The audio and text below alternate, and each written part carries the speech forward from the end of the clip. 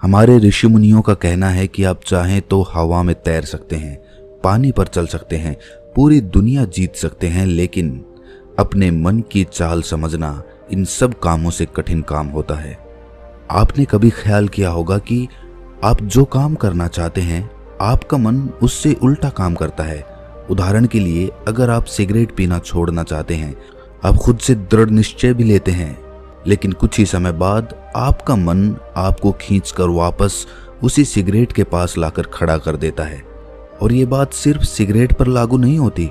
हमारे जीवन में, हम सब के जीवन में बहुत सारे ऐसे काम होते हैं, ऐसी आदतें होती हैं जिन्हें हम छोड़ना चाहते हैं, लेकिन हम चाहकर भी उन आदतों को छोड़ नहीं पाते हैं।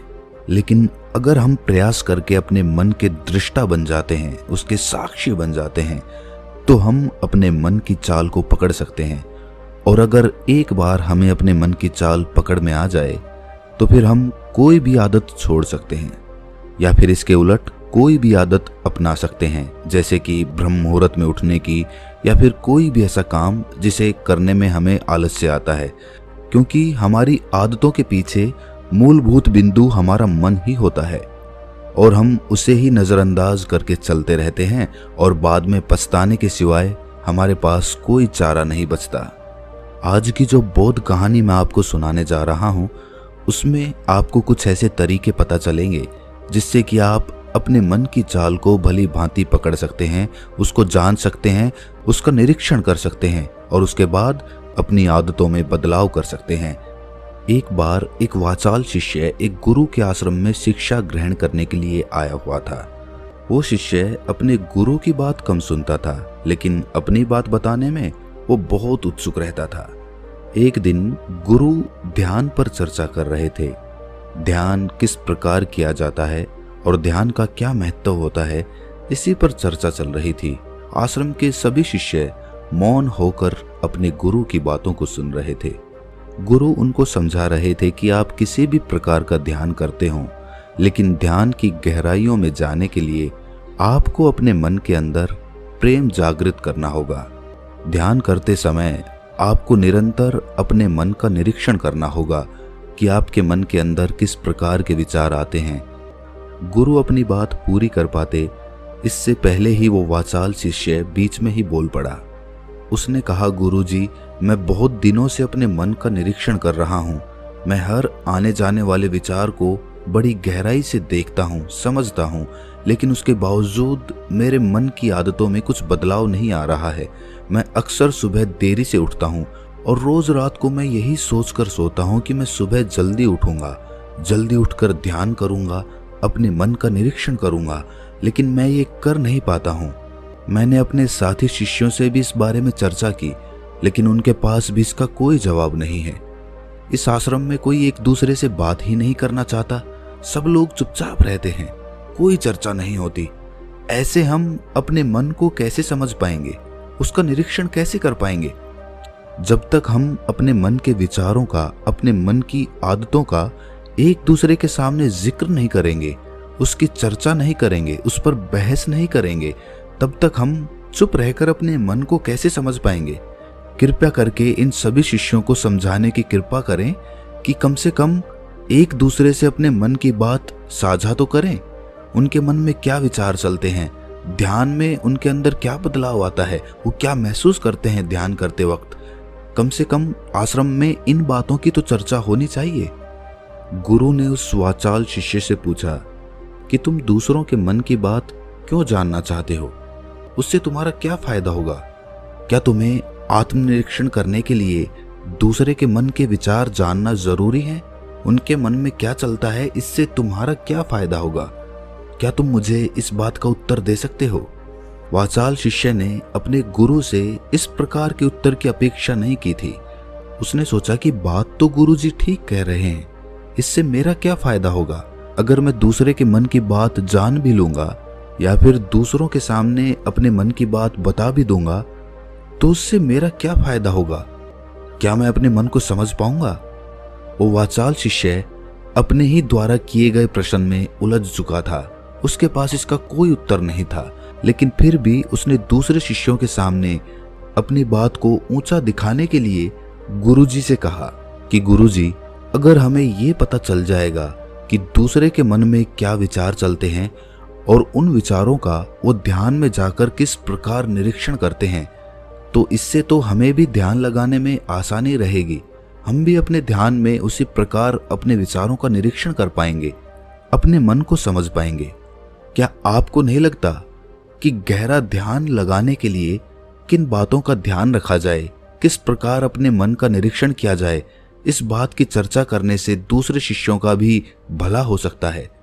गुरुजी ने उससे पूछा कि मान लो कोई शिष्य गहरा ध्यान लगा पाता है और अगर वो तुम्हें अपनी मनोदशा बता भी दे कि किस प्रकार वो अपने मन का निरीक्षण करता है, अपने विचारों का निरीक्षण करता है, तो तुम्हें क्या लगता है कि ये जानकर तुम भी गहरे ध्यान में उतर पाओगे? अगर तुम ऐसा सोच रहे हो तो मैं तुम्हें एक बात बता दूं कि तुम अपने ही मन के बनाए हुए जाल में खुद फंस जाओगे। अगर तुम्हें कोई ऐसी प्रक्रिया पता चल गई कि गहरे ध्यान में किस प्रकार प्रवेश किया जाता है, तो तुम्हारा मन उसी प्रक्रिया का अनुसरण करने की कोशिश करेगा। तुम वर्तमान में उपस्थित होकर अपनी मनोदशा नहीं समझ पाओगे, बल्कि तुम्हारा मन तो उस प्रक्रिया के विचारों में उलझा रहेगा। तुमने अपने मन को एक काम दे दिया करने के लिए और तुम्हारा मन उसी काम को करता रहेगा। तुम भी उस काम में सम्मिलित हो जाओगे, तो तुम अपने मन का निरीक्षण किस प्रकार कर पाओगे? क्योंकि तुम तो खुद अपने मन के साथ सम्मिलित हो गए, तुम तो खुद अपने मन के साथ एक हो गए। गुरुजी ने बताया कि तुम अपने मन को तभी समझ सकते हो जब तुम अपने मन से अलग हटकर अपने मन को देख पाओ, अपने मन की चाल को दूर से खड़े होकर समझ पाओ। जिस भी विषय को या जिस भी चीज को तुम्हें समझना हो, तुम्हें उसे अलग होकर देखना होगा। अगर तुम उसके साथ एक हो गए तो तुम उसको कभी नहीं समझ पाओगे, तुम उसके साथ सम्मिलित हो जाओगे। जिस प्रकार तुम अपने विचारों को समझने की कोशिश करते हो, लेकिन विचारों को समझते समझते तुम अपने ही विचारों में खो जाते हो, कभी अनुभव किया है तुमने? शिष्य ने हाँ में सर हिलाते हुए कहा कि गुरुजी, जब भी मैं अपने विचारों का निरीक्षण करने लगता हूँ तो ऐसा ही होता है, मैं अपने ही विचारों में खो जाता हूँ। कुछ समय बाद मुझे ध्यान में आता है कि मैं अपने विचारों का निरीक्षण कर रहा था, तो उसके बाद मैं फिर से अपने विचारों का दृष्टा बन जाता हूँ, उनका साक्षी बनने की कोशिश करने लगता हूँ। लेकिन कुछ समय बाद मैं फिर से अपने विचारों के साथ एक हो जाता हूँ। गुरुजी ने सभी शिष्यों को समझाते हुए कहा कि जिस प्रकार एक गुस्से से भरा हुआ आदमी कभी भी अपने गुस्से का निरीक्षण नहीं कर पाता, क्योंकि वो खुद अपने गुस्से के साथ एक हो जाता है, वो अपने गुस्से को ही अपना अस्तित्व मान लेता है और इसीलिए वो ये कभी नहीं देख पाता कि ये गुस्सा उसके मन को किस प्रकार प्रभावित कर रहा है, किस प्रकार ये गुस्सा उसके मन को दुखी कर जाएगा। वो कभी नहीं देख पाएगा, क्योंकि उसके पास वो कला नहीं है कि वो अपने गुस्से को अपने से अलग करके देख पाए। इसी चीज के लिए सारे अभ्यास बने हुए हैं, ताकि तुम सिर्फ एक दृष्टा, एक साक्षी बनकर सभी चीजों को उसके परिपूर्ण, उसके असली स्वरूप में देख पाओ। और जब तुम सभी चीजों का, सभी विचारों का असली स्वरूप देख लेते हो, तब तुम्हें उसकी अनित्यता पता चलती है। तब तुम्हें पता चलता है कि ये सब आने जाने वाली चीजें हैं, लेकिन चेतना, कॉन्शियसनेस, वो हमेशा इंसान के साथ रहती है। वो दृष्टा, वो साक्षी जो उसको देख रहा है, वो हमेशा जीवित रहता है, वो कभी नहीं मरता, वो नित्य है। और वही चेतना होती है। चेतना किसी भी चीज से कभी भी बंधी हुई नहीं होती। चेतना तुम्हारा होश है। दूसरी चीजों को उनके स्वरूप में देख पाने की कला तुम्हें तुम्हारी चेतना से ही मिलती है। जितनी प्रगाढ़ तुम्हारी चेतना होगी, उतने ही अच्छे तरीके से तुम चीजों से अलग हटकर उनको देख पाने में सक्षम हो पाओगे। इसलिए अपनी चेतना को ऊपर उठाने का काम करो, ताकि तुम अपनी चेतना से किसी भी चीज का असली स्वरूप देखने में सक्षम हो पाओ। शिष्य ने पूछा कि गुरुदेव, आपकी बातें कुछ कुछ तो समझ में आ रही हैं, लेकिन एक बात समझ में नहीं आई कि अपनी चेतना को ऊपर उठाने के लिए, अपने आप को ज्यादा होश में रखने के लिए हमें क्या करना होगा। इस पर चर्चा करते हुए गुरु ने बताया कि तुम मौन होकर, चुप होकर सिर्फ अपने विचारों को, अपने मन की प्रक्रियाओं को, अपने अनुभवों को देखना शुरू करो। तुम्हारे अनुभव आते हैं, तुम्हारे अनुभव चले जाते हैं, वो अनित्य है। वो हमेशा हमारे साथ नहीं रहने वाले, लेकिन हमारा मन उन्हीं अनुभवों को पकड़ने की कोशिश करता रहता है। जब तुम्हें कोई अच्छा अनुभव होता है तो तुम्हारा मन चाहता है कि तुम्हें बार बार वही अनुभव हो, और उसी अनुभव को लेने के चक्कर में तुम्हारा मन तुम्हें फंसाता चला जाता है। तुम्हारी चेतना तुम्हारे मन के अधीन हो जाती है। वही होता है एक सिगरेट पीने वाले के साथ, वही होता है एक शराब पीने वाले के साथ, और वही होता है हर बुरी आदत अपनाने वाले के साथ, कि उसकी चेतना उसके मन की गुलाम हो जाती है।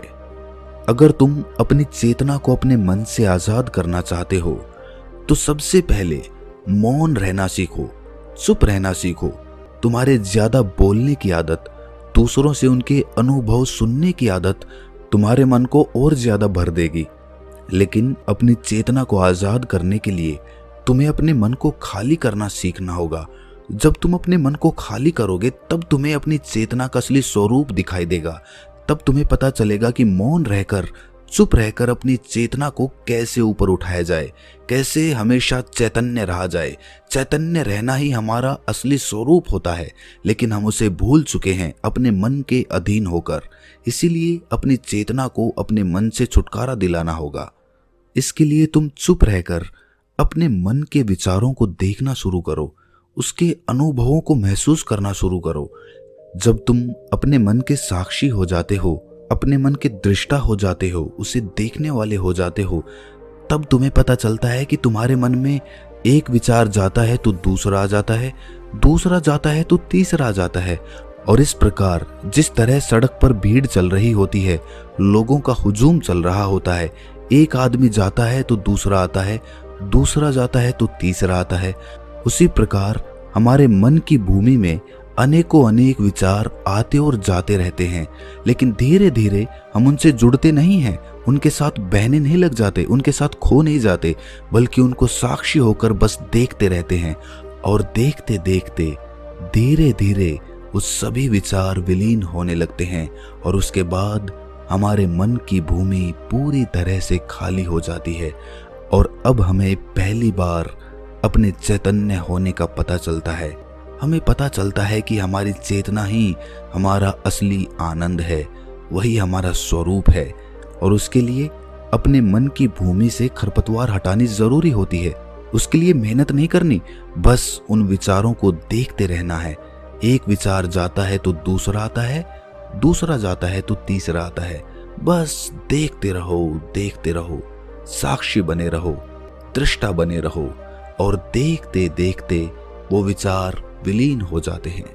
लेकिन इसके लिए तुम्हें चुप रहकर अभ्यास करना होगा, चुप रहकर अपने विचारों का आत्मनिरीक्षण करना होगा, अपने मन की भावनाओं को समझना होगा।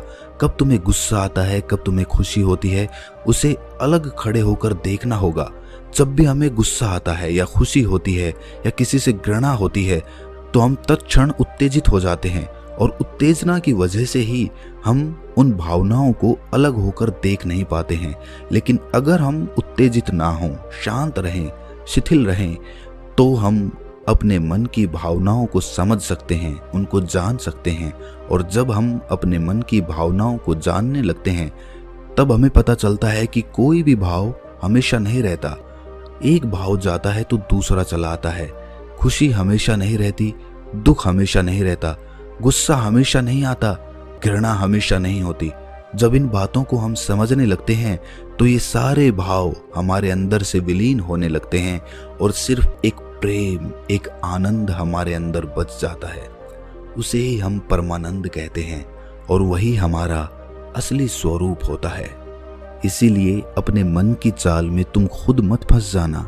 अपने मन की चाल को दूर खड़े होकर बस देखते रहना, और देखते देखते वो चाल, तुम्हारा मन पूरी तरह से विलीन हो जाएगा। और जब कोई मन नहीं बचेगा तभी हम हर चीज में अपना मन लगा सकते हैं, हर काम को पूरे ध्यान पूर्वक कर सकते हैं। असल में मन का विलीन होना ही ध्यान में प्रवेश होता है। जब तक हमारा मन हावी होता है तब तक हम ध्यान में प्रवेश नहीं कर पाते, क्योंकि हमारा मन करेगा तब हम ध्यान करेंगे, और जब हमारा मन नहीं करेगा तब हम ध्यान नहीं करेंगे। और ऐसा हर काम में लागू होता है।